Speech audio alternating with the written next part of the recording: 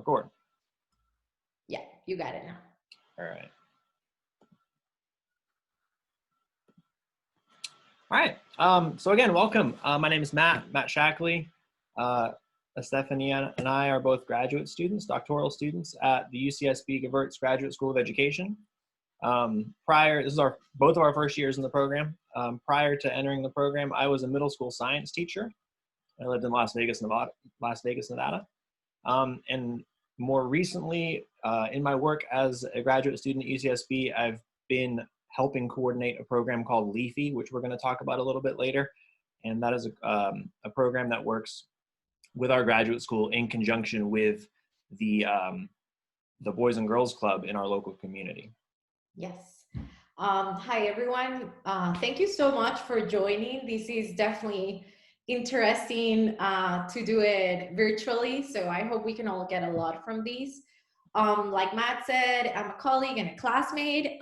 We both co-coordinate LEAFY. I'm from Costa Rica, but I have been in the States since 2016 for graduate studies and professional work.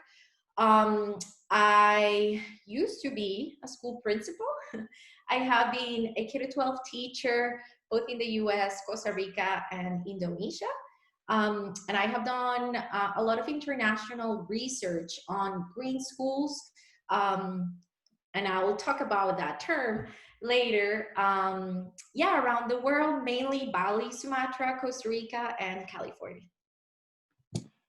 So together recently, Estefania and I, it was Estefania's idea, but we've been working on a project called Green Teach.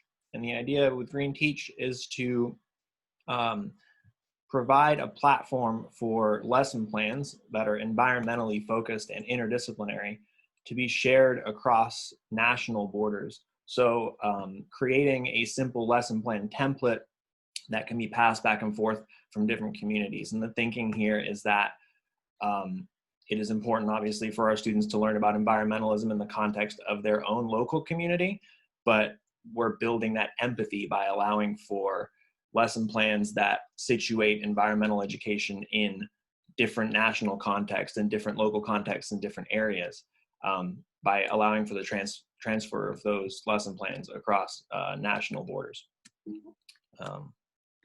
So real quick, we're going to talk a little bit about LEAFY. So I said that LEAFY is a program that we work with here at UCSB in conjunction with our local Boys and Girls Club. And LEAFY stands for Literacies in Environmental Awareness and Farming for Youth. And it is, our program takes place in the area that you see on the left. It's sort of the side yard of the Boys and Girls Club. And we go to the Boys and Girls Club once a week, and we run an after-school program. And in this area, we get children ranging from 4th to 9th or 10th grade. And we work collaboratively across the age groups to do different projects generally involved with like the upkeep of this garden area. You can see sort of on the far left there, we have planting beds. So we plant different vegetables depending on the seasons. We harvest those vegetables and make meals with them together. I think it was January, we harvested some lettuce that we had and we made a salad. The children are also responsible for the general like maintenance and upkeep of the yard itself. It doesn't always look as nice and neat as it does in the picture here. And then also we construct different things with the students. But the key thing about LEAFY, about our side yard here, is that the process, the teaching that we do is entirely constructive. It's entirely based off what the students want to do on a particular day. We offer them sort of a buffet of different things that they can participate in. And the students decide what they're going to do on that day and what facilitators they're going to work with. We have both graduate facilitators and undergraduate student volunteers who work in this program. So our hope is that this informal environmental science education setting can inform our formal science education settings when it comes to environmental literacy and sustainability. And just to quickly add to that awesome description of LEAFY by Matt, we try that through these hands-on experiences. We're really fostering and cultivating the sense of agency, stewardship, and love and care. So by connecting all the different activities that we do with the issues that are happening locally in Goleta, the kids are much more responsive, and then they can become those advocates that go home and annoy their parents when they see them with plastic, or if they're not carpooling. So we really are trying to create a small army of environmental agents that can go home and that can go to their schools and help, start the change that is necessary. Right. Okay. So through the work that I have done, both with schools, teachers, researchers, there's always this big question on what's the term I need to use, and why does it matter? So it matters because of the audience you're going to be talking to, and whether you are presenting information because you want to convince a school principal to allow you to develop a lesson, because you want to convince someone at the district level to allow your entire school to adopt and implement some sort of environmental education program. So understanding these differences, it's really important, because it's vocabulary that really allows you to navigate the process for kind of convincing those people that need to be convinced, so you have these approval to implement these type of programs. I'm not going to get into definitions because this is not a seminar, and you can definitely find these definitions mainly through reports by UNESCO. UNESCO is the one that sort of provided that first initial definition for environmental education. And then it includes education for sustainability as one of the core approaches or ways so we can foster sustainability education, eco-literacy, and environmental literacy. The last two are very interchangeable. They're used by researchers and scholars and teachers as synonyms. So what I want to emphasize is that the term is not so much important. What's important is that we all agree that these are different approaches and ways, formal and informal, so we can implement these type of programs within our educational settings and our communities. So briefly earlier, we both touched on the work of Leafy, the work that we do in Leafy, and how it's situated in sort of our local context, and sort of the difference between local contexts and global contexts. And in sort of our research this year, we've discovered the true power of local context in increasing this, what we call willingness to engage in pro-environmental behavior. And a lot of this research revolves around climate change, but can be applied to environmental behavior in general, just for general sustainability. And the thinking here is that when you show students how certain global events are affecting their local community, you're going to obviously increase that buy-in. So this is talking about the importance of situating our environmental lessons in as local a context and as practical a context as possible. And then what we're interested in here today also is the interdisciplinary aspect of environmental education. So not just teaching environmental education topics as environmental science, as they so often are sequestered, but teaching them across teaching environmentalism and sustainability across the curriculum as sort of this interdisciplinary theme, rather than just a subject in and of itself. So today we're gonna sort of give you some examples, and hopefully we're gonna separate also into groups and develop some lesson plans for sustainability topics that cover multiple or touch on multiple subject areas in different disciplines. Obviously, that's a very lofty goal, right? It's cool to say, okay, I'm gonna make a lesson plan and it's gonna teach a little bit of English and teach a little bit of science and teach a little bit of math using topics of sustainability. But we understand that there's some challenges here, and having been teachers ourselves, we're obviously well aware of them. Often we work in the context of school districts and schools that use mandated standards, and often we're sort of implored by our superiors, right, by our administrators, to use a backwards design process. I know when I was in my teacher education program, backwards design was a big part of the way that we were taught to teach and to plan lessons. So backwards design is the idea that we take the standard that we're seeking to have the students achieve, to then unpack that standard and think about ways that our lesson can build towards mastery of that standard. This leads to inflexibility of existing curricula, right? Too often we're handed a predetermined curriculum or a textbook that is very inflexible and doesn't allow for a lot of the local contextualization that we're talking about. And then ultimately, a reluctance of colleagues to collaborate, right? Every teacher has a lot on their plate. And if you go to them and say, oh, I want to do this particular lesson, and I want to collaborate with you because you're the math teacher and I'm the science teacher, and I want to touch on these two subjects, they might just not have time in their schedule to do that. So some solutions is this idea of our Green Teach platform, where you will hopefully be able to go and look at lesson plans that do exactly what we were talking about, addressing sustainability across multiple disciplines. And you'll be able to bring those to your administrators and to your colleagues and to show them examples of exactly what it is that you're getting at. And then also we want to sort of reframe this idea of how we design lessons. And instead of using backwards design, looking at it in terms of what we like to call forward mapping. So rather than starting with the standard and unpacking the standard and working backwards, we would like to begin with a localized phenomena that is environmentally situated or has to do with sustainability, and working forward and thinking of divergent ways that that phenomena can serve different curricular goals.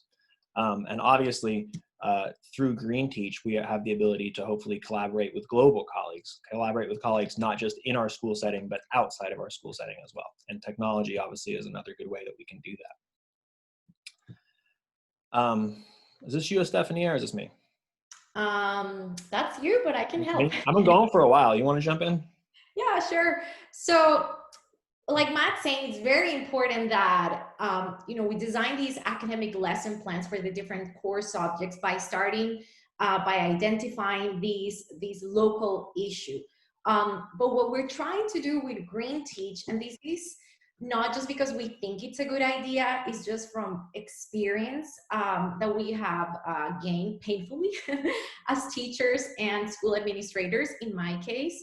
How can we create these lesson plans, and how can we start this very much needed revolution in education to move away from standardized education, and we can do it more globally. Why do we need to do it globally? Because when we have students and teachers and schools connected across the world, the issues that they're experiencing within their communities start to make sense to us, because something similar is going to be happening. And I do want to emphasize that we don't only focus, the idea with Green Teach is that we're not just focusing on climate change. Climate change is one of the many symptoms of our environmental crisis. And of course, many other issues form part of climate change and the climate crisis. But it's really important that we allow for that connection. Why? Because we start really fostering empathy.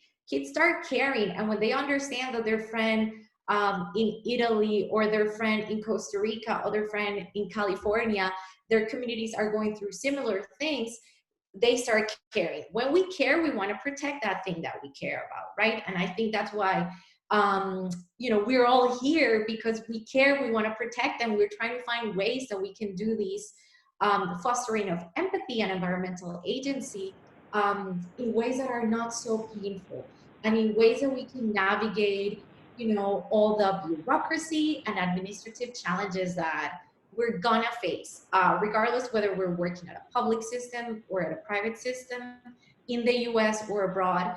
I can say with a lot of confidence that the challenges, at least in all the 9 different countries where I have worked as a teacher and as an educational researcher, are very, very similar. So that's why Matt started explaining about this need for local contextualization, and then how Green Teach, we're hoping that will become a tool that connects everyone that's on the same boat, right? At this moment in time, we're all kind of paddling in different parts of the world, and then we when we attend these kind of conferences, like, oh wow, there is a community around the globe that's struggling with the same issues. So that's why we're hoping that Green Teach can provide that. Okay, so I'm going to give you guys an example of how this forward mapping can be used as a technique, as a way to create these lesson plans that touch on different academic topics or content from different core subjects.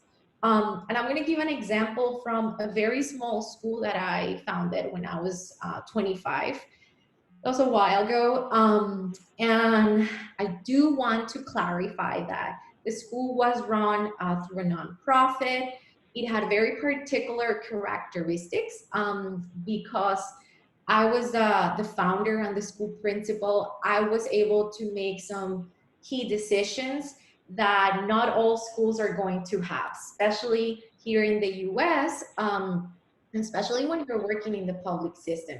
So please bear in mind that it was almost utopic. The school continues to exist in a different format. I transfer its operational rights to a group of parents because I needed to just keep flying professionally. So this example that I'm going to show you guys is from the school, Guanacaste International Academy, Costa Rica, in the North Pacific coast of Costa Rica. So the idea of forward mapping, like Matt said, we start with an issue. We together sit down and we said, okay, we need to figure out a project that can tackle, in this case, an environmental issue that had some also social components there. And then that can allow us to, gain something in terms of the school because we were always very tight on money. And at the same time that we can show the parents, because they were the ones paying, that we are, checking off those, the content, the topics that need to be mastered by the different grades, by the students at different grades. So we had a big problem, or not a big problem. The school was located right by a national marine park. So we had a lot of problems with destructive commercial fishing. And because the school was a nonprofit, 70% of our kids were under scholarship.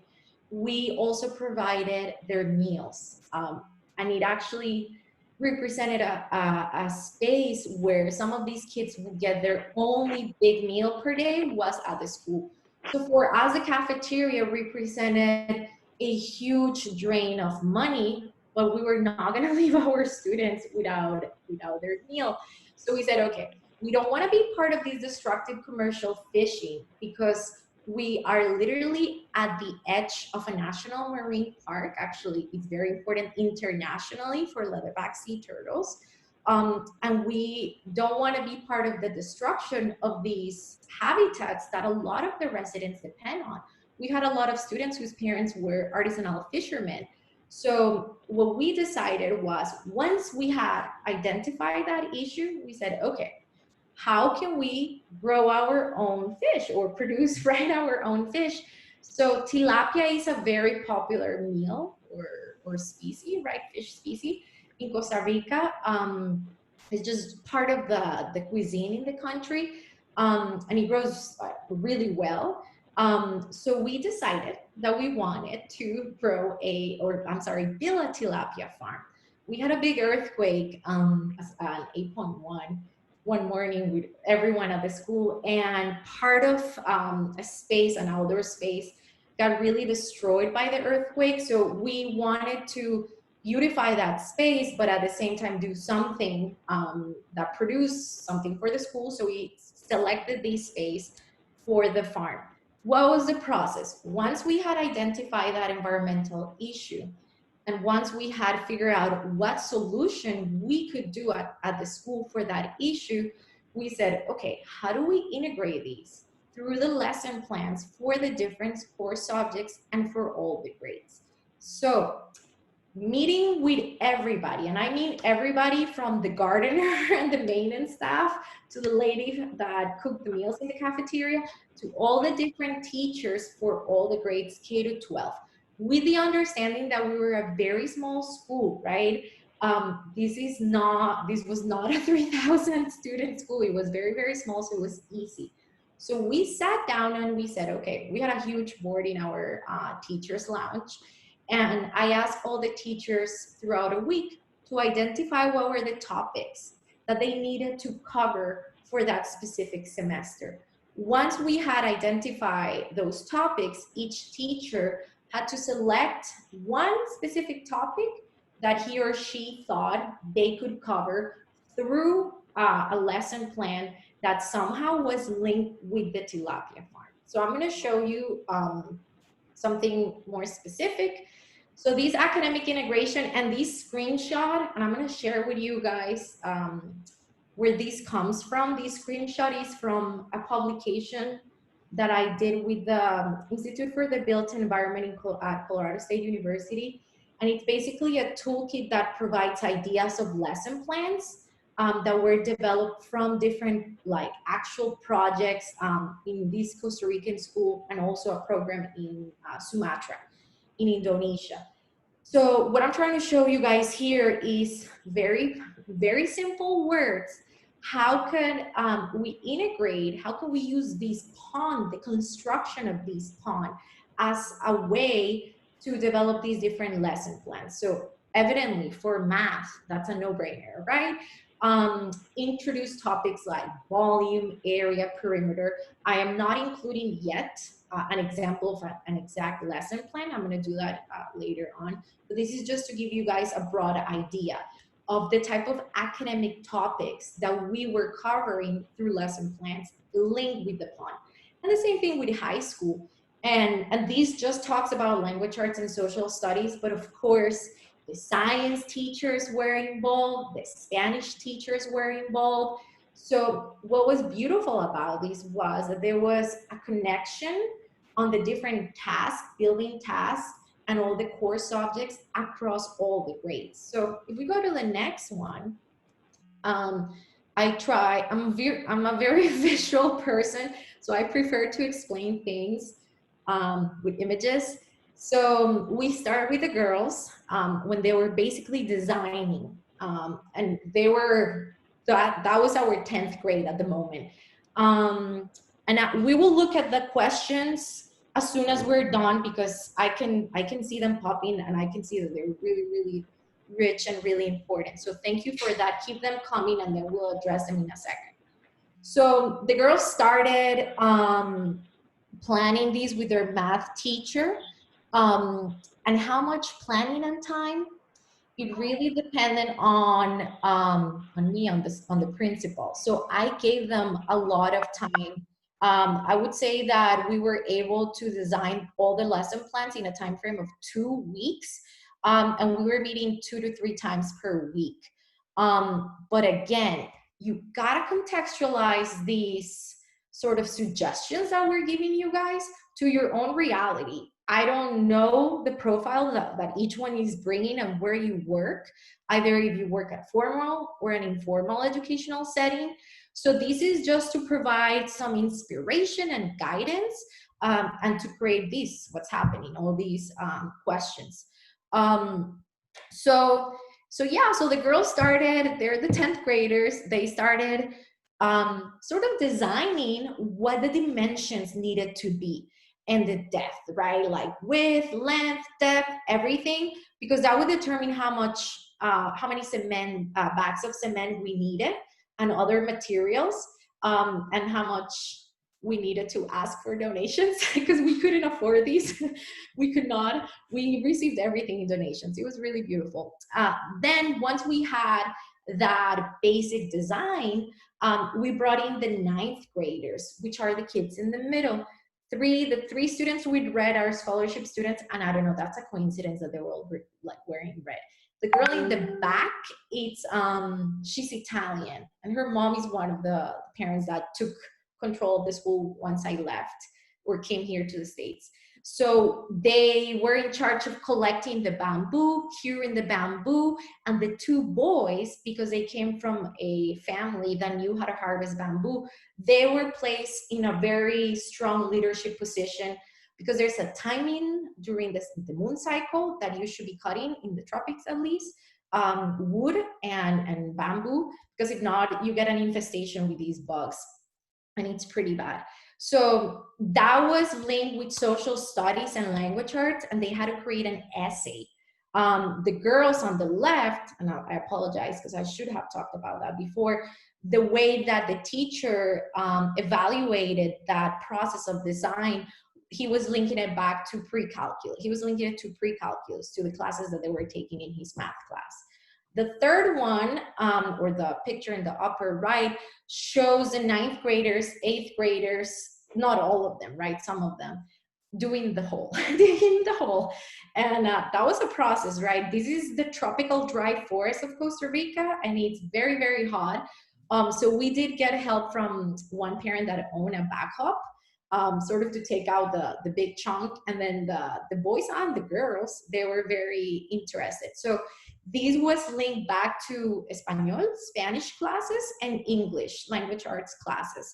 So they had to do an analysis of the whole process of the actual digging. And then the last picture shows the students that were really, really committed to the process, final product, I'm sorry. The fish are not there. I don't know why we hadn't brought them yet.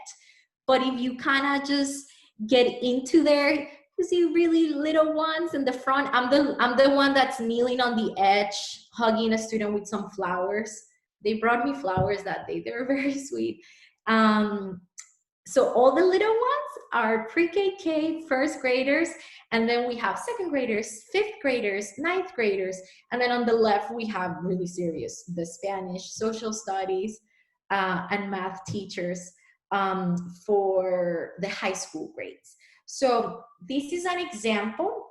There's 9 more projects like these in this publication that I mentioned with the Institute for the Built Environment. And the publication also allows you to understand how you can contextualize these projects, right? Because I understand that bamboo is not available in Colorado or in California everywhere, right? So the idea is that we provide an example, and then you can adjust it to your own reality. So we can go to the next one. Cool. Okay, that's math. It's me, right? So as Amy pointed out in the chat there, it looks like this is what we're talking about is project-based learning, right? Yes, absolutely. We really wanted to emphasize that we're not reinventing the wheel here. We are just offering maybe a different perspective on how lesson planning and curriculum planning can be done, rather than working backwards, trying to find a way that we can successfully, again, map forwards, right? From the phenomena to what we're trying to teach, to our ultimate goal, our curriculum standards. And just going off of what Estefania was talking about, I wanted to kind of make the point that we're talking about how we can do this interdisciplinarily, it's a big word, and also across age groups, right? The work that Estefania was doing there, she was describing there, and the work that we do at Leafy incorporates many different age groups. And often we see not just students learning based on their task or within their age group, but learning from each other as well, right? So there's a lot of interpersonal skills that are being developed here in addition to the academic skills through the use of these projects. Again, I want to emphasize, I think we both want to emphasize that we don't know everything here, right? We're well aware of that. We're just offering a slightly different framework for how you might consider formal lesson planning moving forward. And we sort of laid out 4 steps that you might use to do that. Obviously, like we've been talking about, the first step is going to be choosing a community environmental issue, right? So this is an environmental issue, maybe with a social component as well. Some of the most powerful ones are issues of environmental justice, right? Issues where the community in some way is not being served by the current environmental policies, and how can students work to sort of correct that injustice. Identify this with your students is what we would recommend, right? Identify something that is relevant to them. If you're gonna go out on a limb and do something different, right? Let's fully buy into the democratic process and have the students involved in the lesson planning process itself as well. Again, discuss with your students democratically, and then choose one of these ideas. Choose one of the ideas that is generated from these discussions. And then work forward to design a lesson or project that will address different standards. And again, we emphasize we're beginning with the project and figuring out what standards are served, right? We're not choosing a project just to serve specific standards. Mm-hmm. And then ultimately teach this lesson, right? Allow flexibilities for students to explore their interests within the context of the lesson. Obviously, like you saw in Estefania's example, different students are performing different tasks based on maybe their different interests or different ability levels, or maybe just the different intellectual needs of that stage in their education. So these are sort of the 4 general steps that we laid out, and we're running a little slow here, but ultimately we want to let you people try this as well.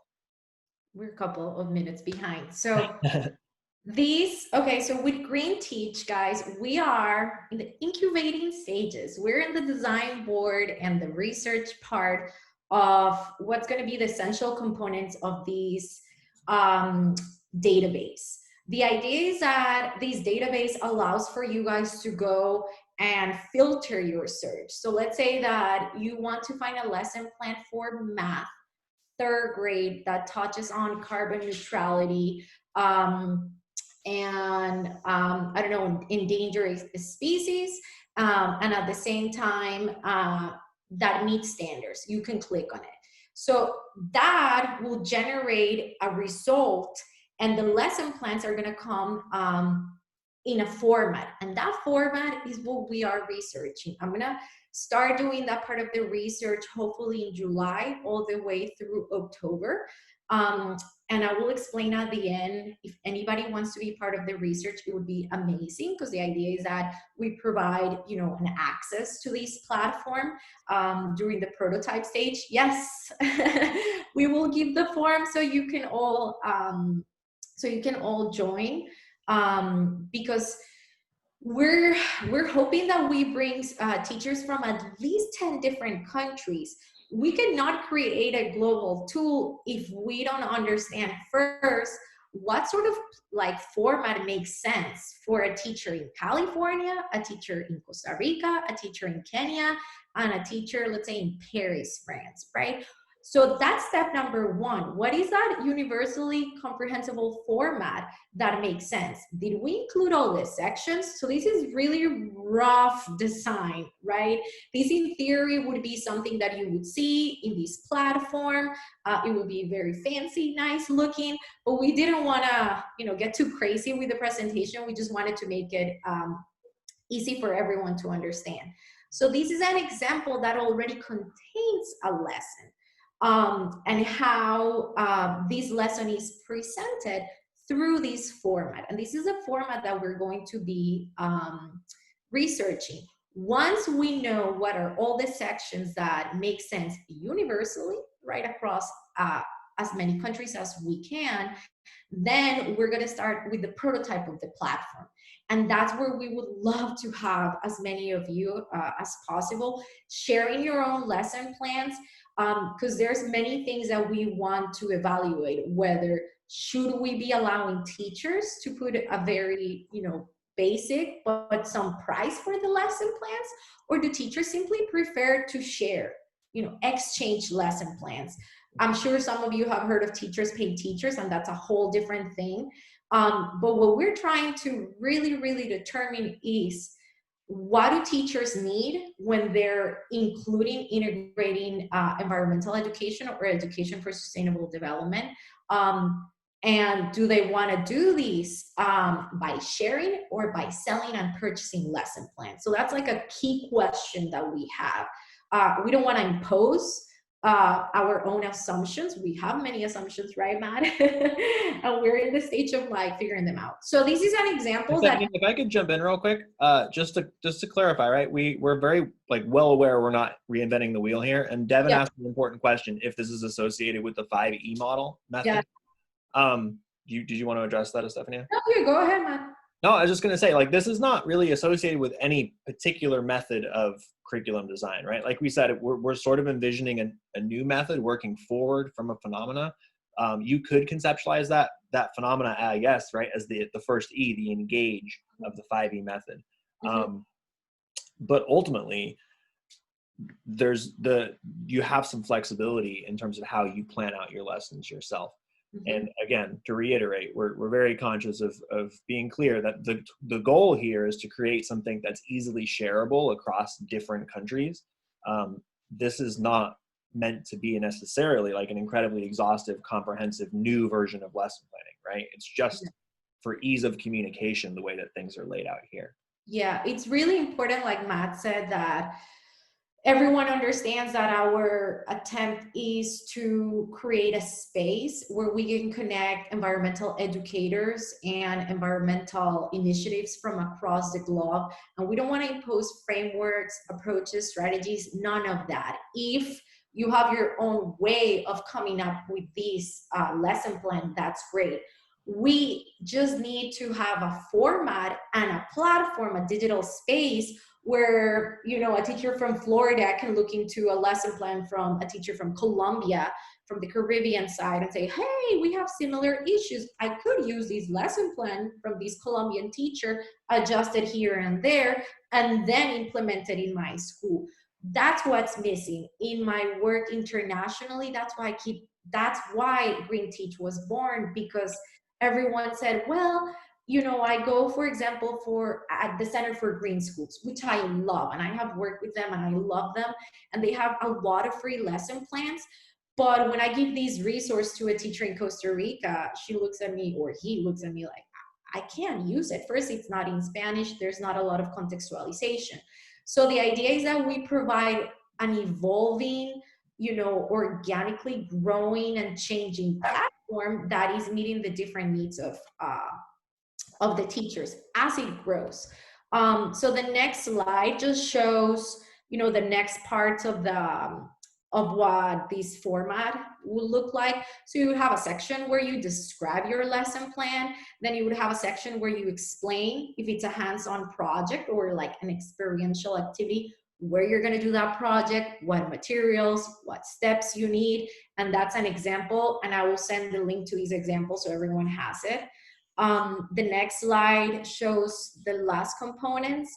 What evaluation mechanisms, right? Because you're going to have to present these to your principal or whomever supervises you, or maybe you're the supervisor, and you need to prove that this is not just like, oh, the kids are going to be outside growing plants and building a tilapia farm. There's a real academic component here. So I provide examples there with like, okay, it's graded in class work, you can do a quiz, you can do an essay, you know, what are the different mechanisms? And then teachers are just going to share there how they evaluated that content. Then comes the important part, and I know this is very important in the States. It is not that so important in Latin America. That's why we don't have it at the beginning, but that's what we're researching. The section for the academic standards. Does that really, really matter to teachers, or is this just a secondary thing that should stay there at the very end of the template? So in this example, I use standards for California just to make it more relatable.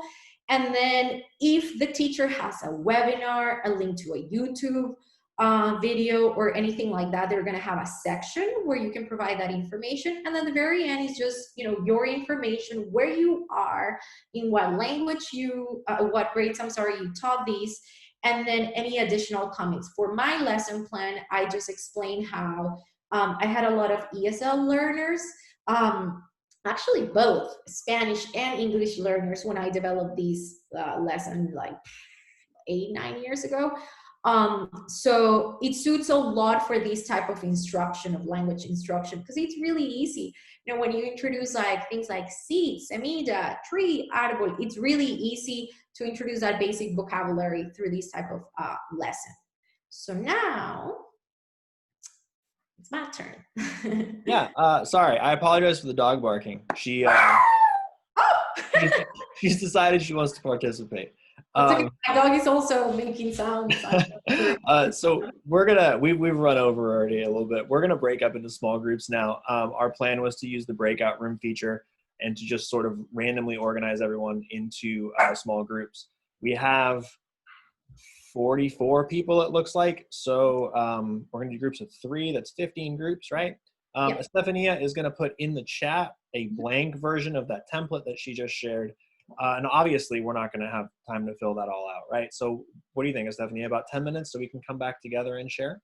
Yeah, don't stress out too much about the background information section, because that's the part that you would be, you know, really digging into during your design process. The idea here is that in groups, you take a look at the template. I just shared the link.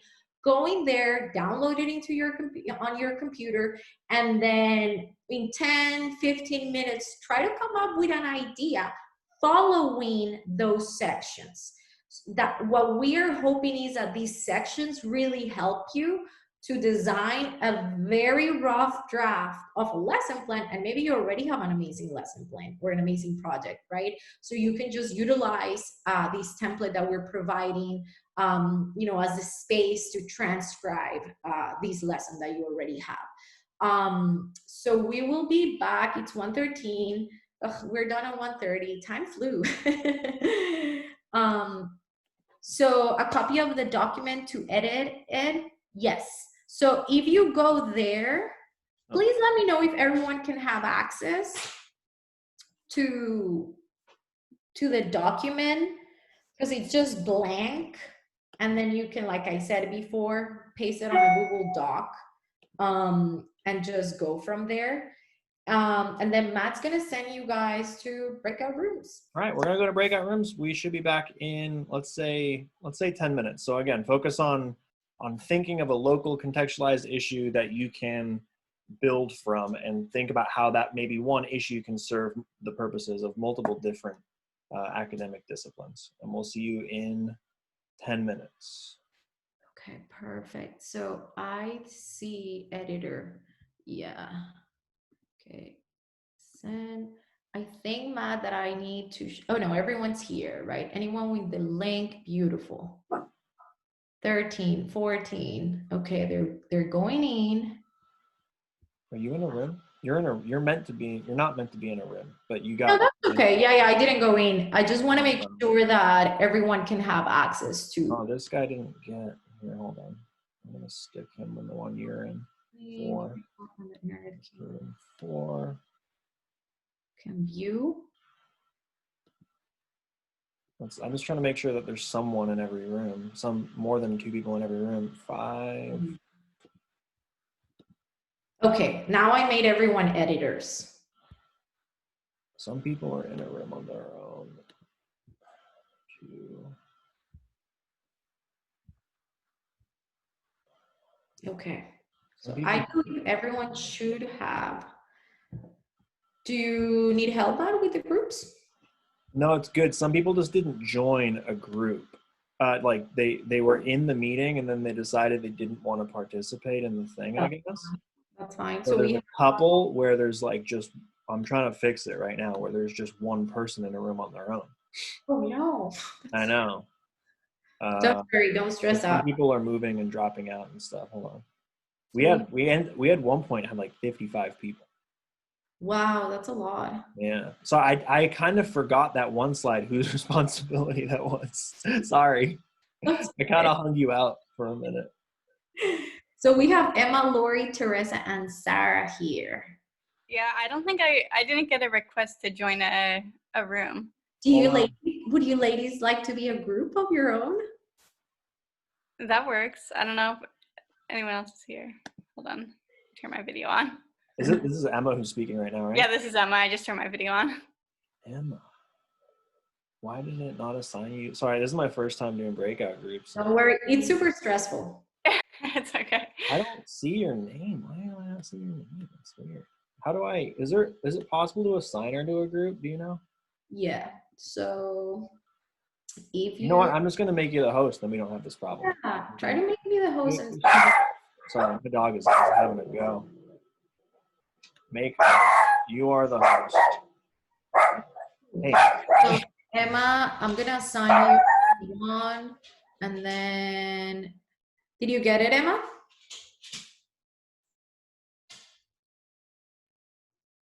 No, I didn't.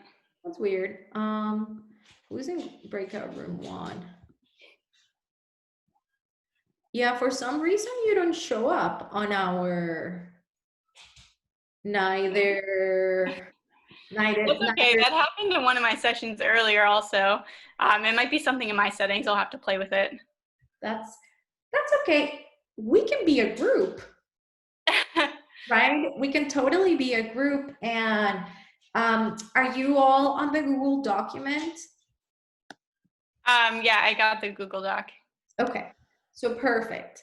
So Lori, Sara, and Teresa, you can go to the Google Doc. I believe Sarah, 2, 3. They might not be with us right now. It's possible. They might not be, right, because I don't hear them. Neither Teresa or Lori. I'm so sorry, Emma. I sent you to break number 1. We could talk with Emma. Yeah. Where are you from, Emma? What was that? Where do you live? What's your job? I live in Orlando, Florida. Oh, wow. I'm a classroom teacher, and I also work at Walt Disney World as a conservation educator at Animal Kingdom. You are. So what kind of programs because I was in Disney in December with my nieces that visit from Costa Rica, and I just could not stop thinking, like, they have so much power to implement so much. I mean, their audience daily is millions of people, right? So what kind of programs are you running there? So in Animal Kingdom, we have, we're an accredited zoo, so we have to include education, like just to maintain our certification. But we have a program that I started out with called Wilderness Explorers. That's based on the movie Up, which is like the house with the balloons. Yes, we love it. Yeah, it's like the Disney version of Boy Scouts or Girl Scouts. So when kids come to the park, or it could be adults too, we get mostly kids, they can get like an explorer handbook, and they go around the park earning badges as they learn about different conservation issues.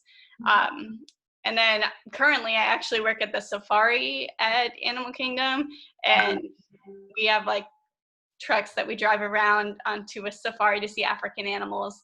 And during our tour, we teach like conservation messages, like as we're giving facts about the animals. Are you guys somehow addressing plastic consumption? Yes. Yeah, I mean, just like over the past couple months, Disney stopped using plastic straws. Like we switched to straws. Yeah. Oh, that's cool. So we talk about that on the safari sometimes too. But it's cool that we do get such a broad audience at Disney versus being at like I've worked at camps before that are like environmentally based, where you sort of get the audience that's already interested in that. But at Disney, you get everyone. So some people are just totally not aware of certain environmental issues, and we have the platform to sort of introduce it to them because they never knew it. Yeah, it's I would love to stay connected with you, because I tend to do these things when I'm somewhere. I start thinking like, ooh, how else could they be doing environmental? And I was with my brother-in-law, who's lead architect. Lead is basically environmental design for increased efficiency of buildings. And we were talking about so many ways that Disney could be doing amazing things, or even research. So yeah, I mean, my nieces would just go crazy if I did something with Disney. So I would love to hear more the specifics of these programs, and what, if you have anybody collecting data, research, stuff like that, because it's super powerful. I mean, the one in California here, we just saw so many plastic bottles. It was a little bit ridiculous. And, the bags, and we were thinking like, I mean, if they were just selling straws that had the shape of one of the characters or something like that, like, I mean, everybody would be buying a straw, right? Make more money, right? Right, yeah. It'd be better for everybody. Like the Anna frozen aluminum bottle, and then the Mickey one with the thingies, the ears. It could be very profitable. Not that they need more money, right? But it would be very, very interesting how, almost through a tacit way, these could help install new consumer behaviors, right? Oh, I have. Yeah, I think Go we're ahead. definitely working towards that, like in the park. We have single stream recycling, which has helped a lot. But like backstage from the cast standpoint of like the employees, they started doing like waste reports from all of our break rooms, where they'll go in and like sort through the trash to find out if there's anything in there that could have actually been recycled.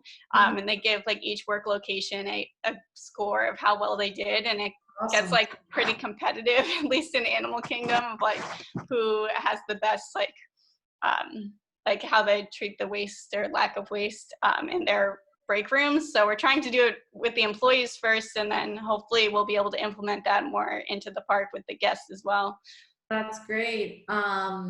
So because Leafy's kind of paused now because of the pandemic, we try to figure out a way to keep the kids engaged. So I'm doing these super grassroots, very like unstructured program every Tuesday, where I take the kids on hikes, like hikes around my house. So when you talk about the explorers, it's literally that. I'm testing, see if a virtual exploration could become a complement, not a way to take, the actual physical hiking and exploring in nature. But if we have a student in the middle of an urban area of LA that's low income and cannot go and explore because they're low income, can we provide some sort of virtual exploration experience? So yeah. Yeah, I know at least in my school, as like I'm a classroom teacher also, we used Google Earth when we were using virtual learning. Just have kids go on like a Google Earth scavenger hunt and try to find certain things like on Google Earth, which is really cool, and they can do from home. And can I interrupt? Yeah. Oh yeah, you have to. We gotta like bring this back together at some point. I sent them a message a couple of minutes ago saying that we're gonna come back together in a couple of minutes. Yeah. So just letting you know, they're gonna filter back in. We only have 5 minutes left, so if anyone like really wants to share, should I just ask? Yeah, I was also thinking, Matt, that maybe we ask them to go on these and maybe you're the host, so maybe you put the link of the Google form on the very last slide on the chat, and just like please go in, leave your name, your email, your area of interest, and then we can share the Green Teach lesson plan that already has an example, and everyone can just share, if they did anything, and if they have further questions, because we could be talking for 3 hours, and I think it's really important that I'm gonna close them. Ready? Yeah. Boom. Oh, they got 50. I thought they were gonna come back in, but they got 55 seconds. Okay. I'm gonna ask people to raise their hand when they come back, and that way, if they want to share very briefly, we'll just take them in order that they come. Sorry to interrupt. That was fascinating. Okay. What do you teach, Emma? What grade level? I'm in an elementary school that's K through 5th. Okay. Do you teach science or? I was actually reading tutor for all the grade levels. I started out sort of my second teaching job, but my first real teaching job, I was in an elementary school, sort of the same thing, K through 5th, and I was kind of floating, and then I ended up being the science specialist for a while as well. Oh, that's awesome. Learned a lot. I never thought I'd be teaching little kindergartners, but it was fun. Sure, it's difficult. It's a challenge. Yeah. Yes. Okay, people are filtering back in, it looks like.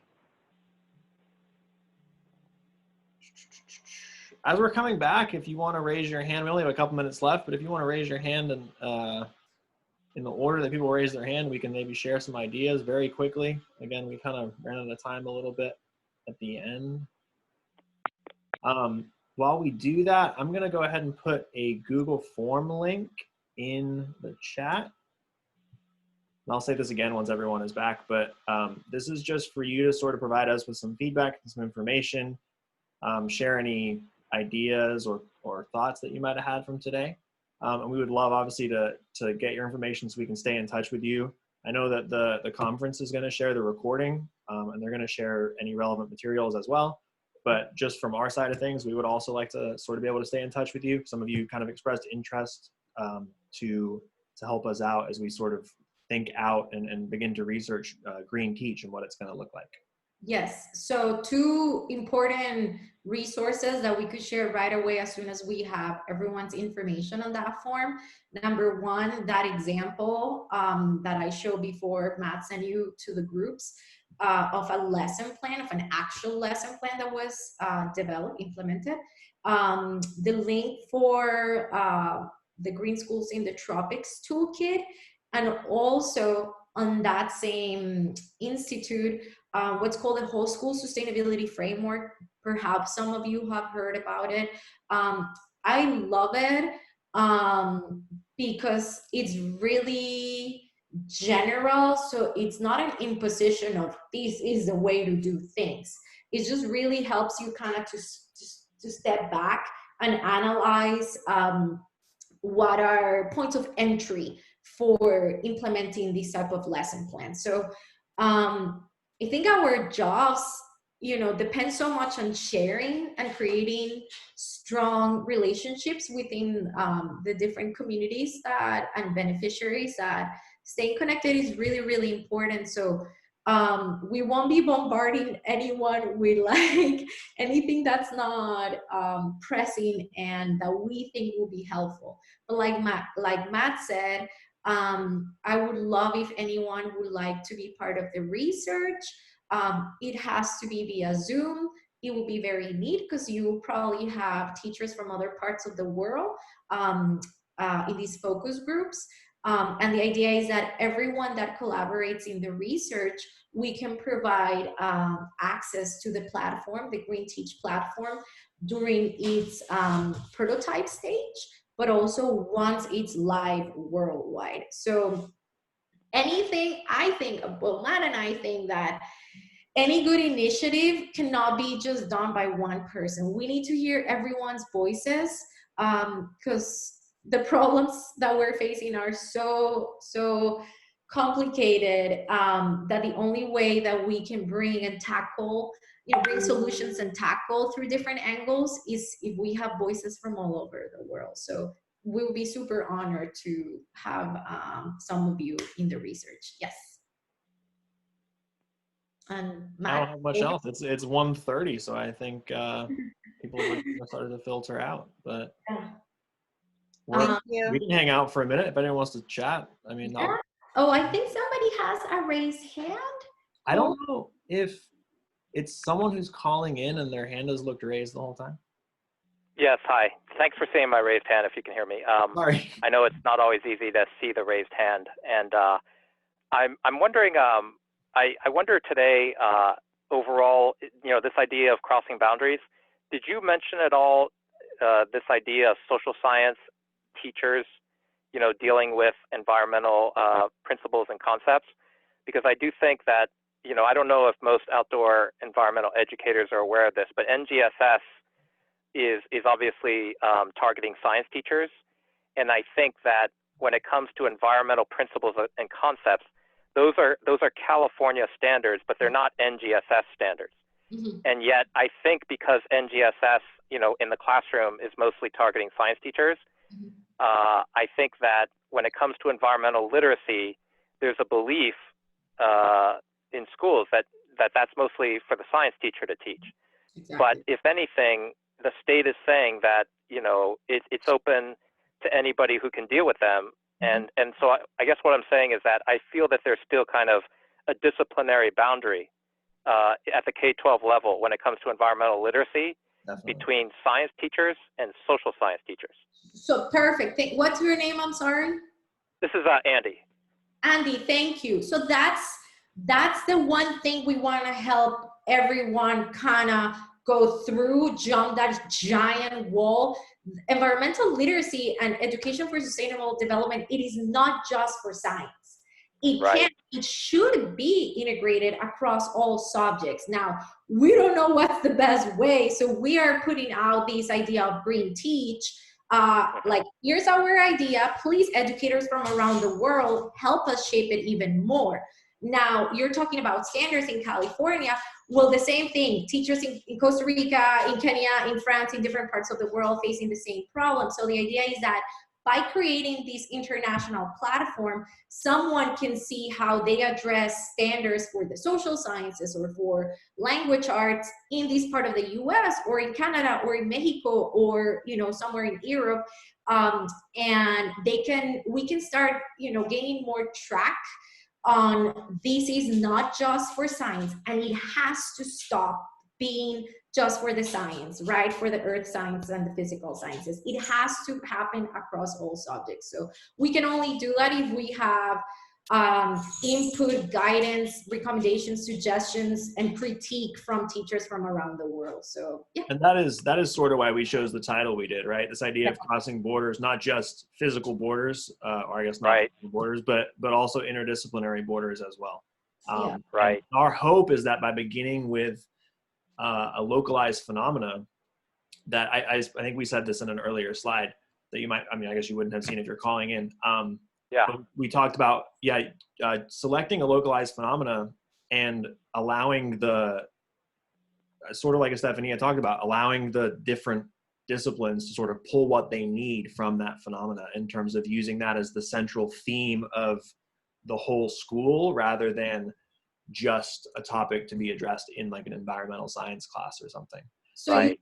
you kind of almost have to put the standards at the very end, because they just create so much pressure and stress on the teachers. And this is, you know, what I hear from teachers, like, how do I address the standards and how I address environmental education and save the world at the same time? Like, it's so difficult. So what we're encouraging is like, okay, put the standards at the end and then start with one issue that everybody can relate to.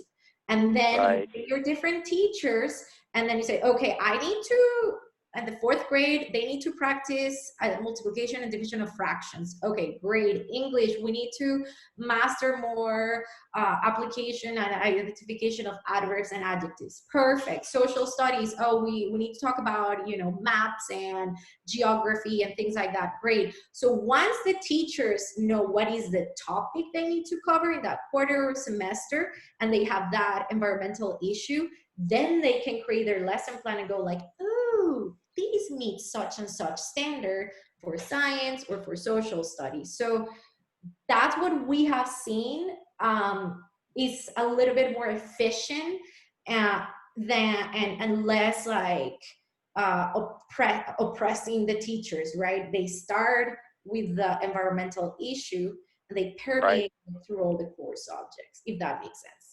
I think both of you express it very well. I was just going to say that at least in California, what I call the EPCs, the environmental principles and concepts, in a way, they're kind of a metaphor for what we just were talking about, because, you know, they're not a standard. They're almost kind of like a supplement. Absolutely. The standards for science are NGSS. Yes. The standards for history, social science are, you know, the standards for history. But EPCs in California, you know, which I'll call environmental literacy at the K-12 level, they don't fall under any one discipline per se, but I think the assumption right now is that they're under science. So I think that, you know, it's very interesting, because the way I see it is that in some cases, I've heard school people say that in some cases, some EPCs are better handled by science teachers. In others, they're actually better handled by the social science teachers, because they're more social or political or whatever they are in their approach. Absolutely. But I still feel, maybe you guys know this, you know, I think that just like at the academic, at the university, or the, you know, at the high levels of like education, you have those things called like silos, right? And I know that sounds very sophisticated, but even at the K-12 level, how often does the science teacher really talk to the social science teacher, or vice versa? Absolutely. And the answer is very rarely, almost never. Unfortunately, almost never. Exactly. Right. So that's what we're trying to do with this template of a lesson plan. It is going to force you to go and talk with the other teachers. That's why I was explaining how my school was very particular, because it was very small and it was very easy for me to be like, it's in the contract, everybody needs to sit down and meet and talk. But when you're in a giant public school and then you need to, convince a supervisor or a principal, you need to figure out ways where that conversation is just part of the organic process of designing your lesson plans. And we are trying to almost fight this Goliath, this system that's so enrooted and it's so difficult. But this is just an attempt of us supporting teachers, because we're not only researchers, we are in our hearts teachers. And if I could jump in and add one more thing there. I think the goal of what we're talking about, is to share examples of how this is being done in other places that might not necessarily be constrained by the same standards that we are here in California. So other states in the nation, but other countries as well, right? And if you can bring an example from another country, like, for example, what Estefania showed us, right? And you can bring that to your colleagues, that's at least a jumping off point to start that conversation of, okay, how can we collaborate around some sort of core, as you called it, EPC, and we can all sort of contribute to that from our different disciplinary angles, so to speak. And math tends to be kind of forgotten and put on the side. And I'm going to be honest with you, my math teachers, they were some of the ones that appreciated the most this type of interdisciplinary process. They finally found ways where they could answer that question that the grumpy kids ask, including because I used to be one of those math haters when I was 7 or 8.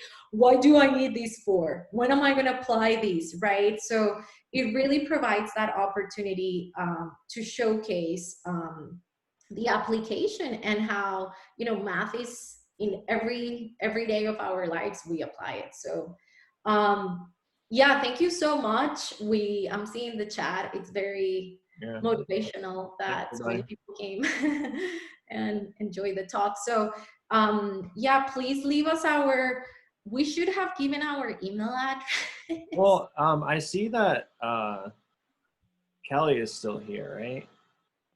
And maybe she can fill Kelly's in. Organizer. Hi, Kelly. Hi.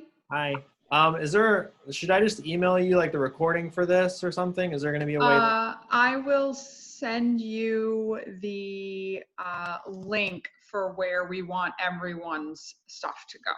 Okay. And then can we like provide some sort of document with maybe like. Yep. So we're going to have, this is great for everyone to know if you haven't already heard me say this in another workshop. We've got a just centralized location that we're going to have videos and handouts, documents, if people share their slides, anything like that. And after the conference, my understanding is that we will send out the links for where to reach those.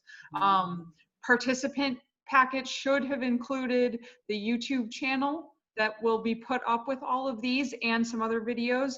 But I think we're sending out more information too, because we have a couple of different spots that things will be in.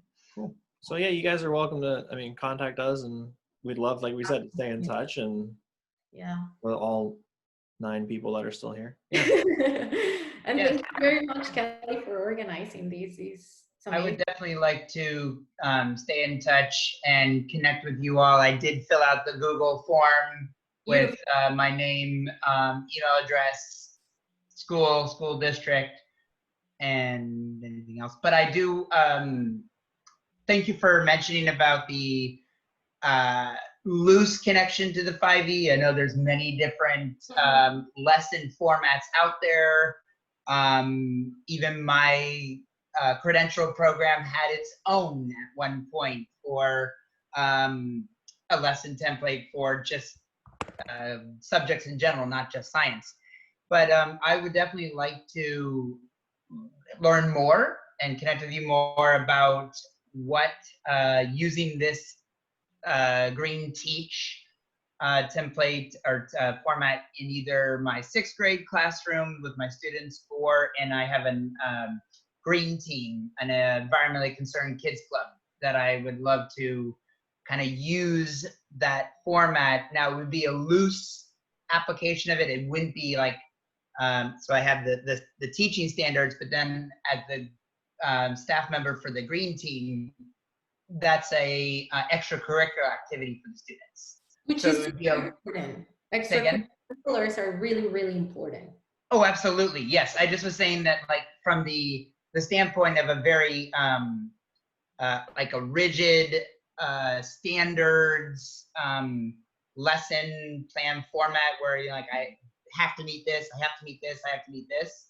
In my green team, because it's extracurricular, I think it can be a little bit more flexible. Definitely. Because the students are choosing to be there. Yeah. So Bogas, we love getting emails. Like I said before, the only way that we can, you know, keep moving forward is if we communicate, we share challenges, successes, is the only way. So Okay. yeah, I do have another colleague that I'd love to share this with too. We're both education environmental consultants, in addition to being teachers. So thank you again, Estefania, Matthew. Thank you. Thank you. Thanks, Devin. See you later. Bye-bye. Bye. Bye. It's just us now. And Andy. Andy, you still there? Yes, hi, Matthew. You're at UCSB, but where was I'm sorry, your other co-presenter? Where is she from? We both are at UCSB. I'm also from UCSB. Yeah. Oh, you are. And are you both grad students there? Yeah, we're doctoral students. Yeah. Oh, wow. Okay. And then is your specialty basically like environmental education somehow? Mine is definitely, I had a school in Costa Rica for 9 years, and then I kind of just went around the world doing educational research on green schools. And I have a very fun basic publication that's a toolkit for developing green schools, mainly in the tropics, because that's where part of my work, most of my work has been focusing. Right. Yeah, but I was a science teacher. That's what brought me to grad school. I was a middle school science teacher before coming here. And I came here to work on science education, but I've sort of drifted towards more environmental science education in general, like what we're talking about, interdisciplinary science. Right. But I'm interested in also sort of like open schools and free schools and democratic school reform as well. So how we can sort of accomplish, trying to sum up all my ideas in one. How we can accomplish more sustainable practices, both environmentally and socially, right? And how, how a more democratic schooling process might be answering that. Are you then, even though you're really at the graduate school level at UCSB, are you both very familiar with NGSS? And do you have sort of a strong opinion, for or against it? I mean, I think I can speak more to that, right, Estefania? You can. Go ahead. I was, like I said, a middle school science teacher. My last 2 years, I worked at a private school, so we weren't really like technically constrained by standards, but we claimed to adopt the NGSS standards my last 2 years. Right. And, I go back and forth. I see the value of, like, I generally don't love the idea of standardization at a level that's abstracted from the community. And at risk of making a very ideological argument, I think more community control of curricula is necessary if we are to move towards a society where people are invested in their local communities rather than the broader, global economic system. I think the current standards, the way they're laid out, assume that everyone is going to go on to a STEM career, enter this, monolithic STEM pipeline, and end up with a STEM career, which only really serves the economic interests or perpetuating the current economic system. So I think in terms of economic and environmental sustainability, localizing education as much as possible is good. Having said that, standards have to be good. No, go ahead. I'm very impressed. Standards are useful in terms of making sure that the bare minimum is covered. I do think that we could strip down standards more and not consider science so much as a culture of science and more as a tool to be appropriated to solve community level needs. I think you've expressed yourself pretty well. Yeah, like a grad student would. I based on the fact that you're in the grad school of education, And based on what I just heard you say, I'd like to maybe just briefly suggest or refer to like 2 academic books, Definitely. you know, but I think definitely may be readable by someone like yourself. Definitely. One of them is called Common Core, and the subtitle is National Education Standards and the Threat to Democracy. That book is, you know, just published 2 years ago by Johns Hopkins Press. And I've worked with the author a little bit to try to promote it to, you know, science teachers. Mm-hmm. He has a chapter in there about NGSS and why he believes it's totally about, you know, computer-based education, which is, you know, not necessarily the best way, you know, to kind of revolutionize education. Yeah. But, you know, he has an overall claim in that Johns Hopkins book about, you know, what you just said, right? Which is that he believes that there's no reason why either the Gates Foundation or Chevron, ExxonMobil, or NGSS or anybody has to impose like a national education standard in science or even in other subjects for all 50 states. But that's exactly in a way what NGSS is. That's what Common Core is. Common Core being math and Common Core being ELA. History, social science, as a field that I'm pretty familiar with, is the one out of the 4 core subjects that somehow got away from that because state histories can differ so much, right? It's hard to teach a national standard of, let's say, a state's history, you know, when the state history has to be part of the state's curriculum. But I would say that that book is, he makes the claim that if anything, each district, not even each state or each county, but each district should be able to sort of, you know, teach to the best sort of customized way for their own, you know, their own like community. And that can even mean, you know, either you follow standards or you don't, or you make up your own standards, or that you choose your own curriculum, right? Or you know, you don't necessarily choose the curriculum that all the other counties and districts and states do. So I think that book is controversial. It's by a political scientist, but I think it might be unique to find in the university library. Nicholas Tampio? Tampio, exactly. You're very quick. You found that. I'm only suggesting that, you know, people K-12 may have to go on Amazon to get it, but anybody at a university might even have it at their, you know, at the UCSB library already. Although, then again, if it's an ebook, it would be easy to get. If it's a physical book, it's probably locked away at the university library. Yeah, but I really like what you were saying, and it sounds literally like something that I would be fully in agreement with. What I'm curious is, as somebody that has worked internationally, yes, in theory, that's how we should be doing it. Completely contextualize, right? But how do you go around the politics, right? Because let's just face it, there is a monopoly when it comes to the editorial houses that are publishing the textbooks that are selected to meet these standards. So what I'm advocating when I do these type of workshops is, you know what, give them what they want. You give them, tell them what are the standards that you're meeting, but then find a way that you are delivering that contextualized lesson plan for math, for social sciences, for whatever core subject you teach, and then you give them the standards. The pressure that we're having as the generation that's inheriting this environmental disaster is too big to get into the fight of changing that big structure, right? Because we will have to start at a political level, and that would take us decades and decades and decades. So how can we do it a little bit more efficiently without having to even though it's necessary, change the whole structure, right, of our educational system, at least here in the US?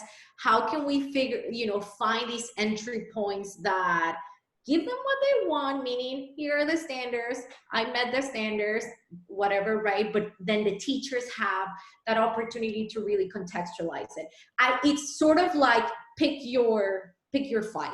Like I completely agree with what you said and what Matt said.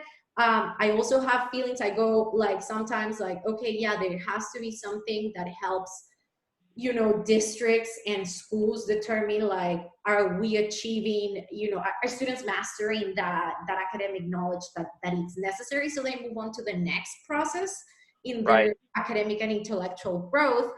But it has simply become, you know, a barrier to everything that needs to be done right now. So I choose the battle of empowering teachers with creative ways to meet those standards, but most importantly, to prepare the students. Because I don't want to be 60, 70 and have my nieces and my future kids, I ever have any, tell me, like, what did you do?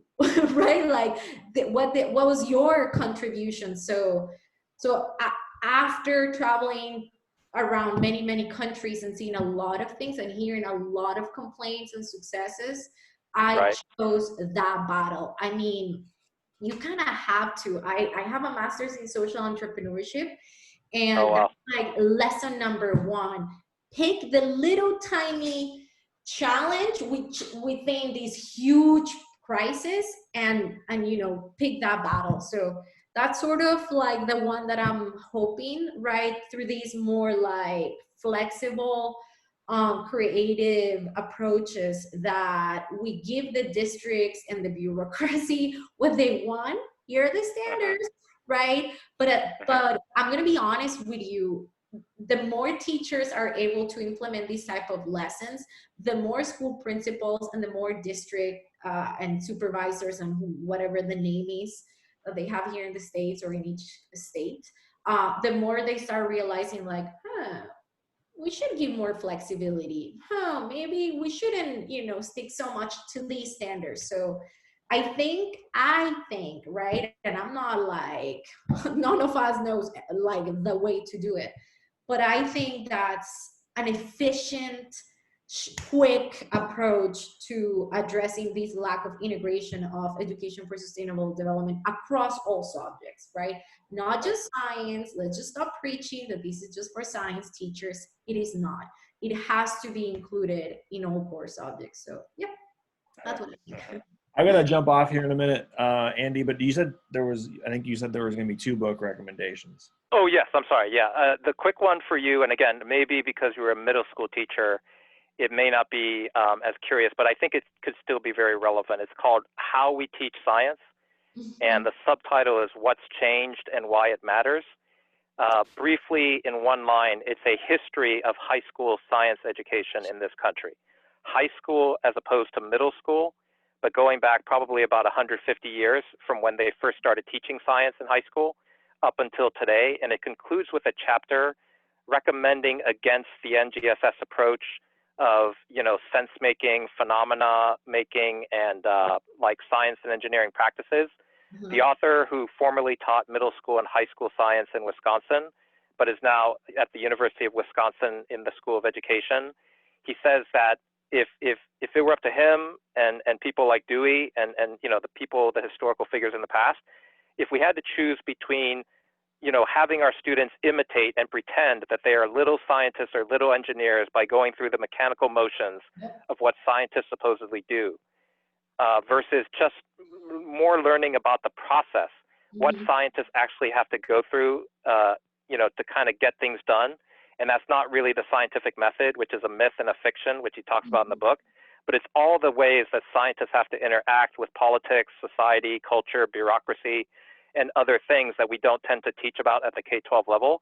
He said the benefit to the citizens is to just educate them in the former rather than, I'm sorry, in the latter rather than the former.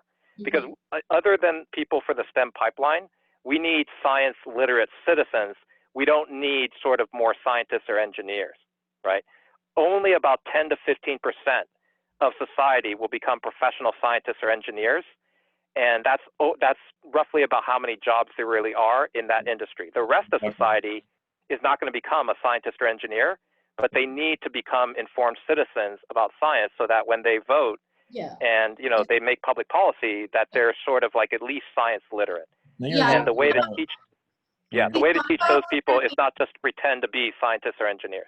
Exactly. It's not about forming professional scientists or engineers. It's about fostering critical thinking and that organic ability for questioning. And questioning, it's so important, like you were saying.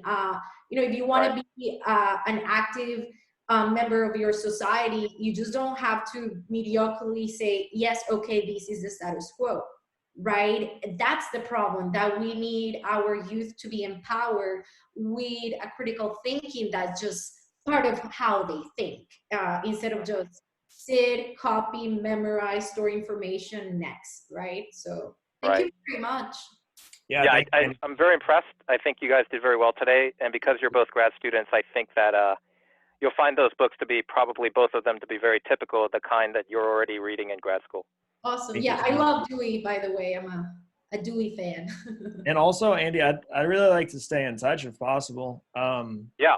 My email is super easy to remember. So my name is Matthew Shackley. My last name is Shackley. It's on like all the documentation for this presentation. Okay. My email is just my last name, Shackley@ucsb.edu. Okay, great. Now I saw your co-presenter's name was on the Google Doc. Is her address similar to that too? No, mine is complicated. Oh yeah. Not UCSB. And if you want, Kelly mentioned that our email addresses would be available in the resources that the conference is going to set up for everyone. My name is Estefania. So just look for either Estefania or E4 Education. I have a small education consultancy company. It's more like enterprise company. Okay. So yeah. Either E4 or Estefania, and I believe our emails will be under our presentation title. So you'll forgive me for being simple, but because you've both been friendly, if I reach Matt, I'll reach you through him. Yeah, yeah, that's fine. That's totally fine. That's fine. Yeah. Very good. We had someone else join a minute ago. C. Cooper. This one ended at 12:30, so I don't know if you are in the wrong room or if you just want to chat, but. Speak now. Maybe he got the wrong link. Okay. Anyway, it was good to talk to you, Andy. And yeah. Okay, likewise. Check out. And thank you for staying. Yes, thank you for staying afterwards. I'll let you guys go, but thanks again for today. Yeah, please send Matt an email so we can all stay in touch. Okay, thank you again. Bye. Okay, bye. Thanks. Thank all right, you. I'm gonna stop this recording and I'll take care of everything. That was good, huh?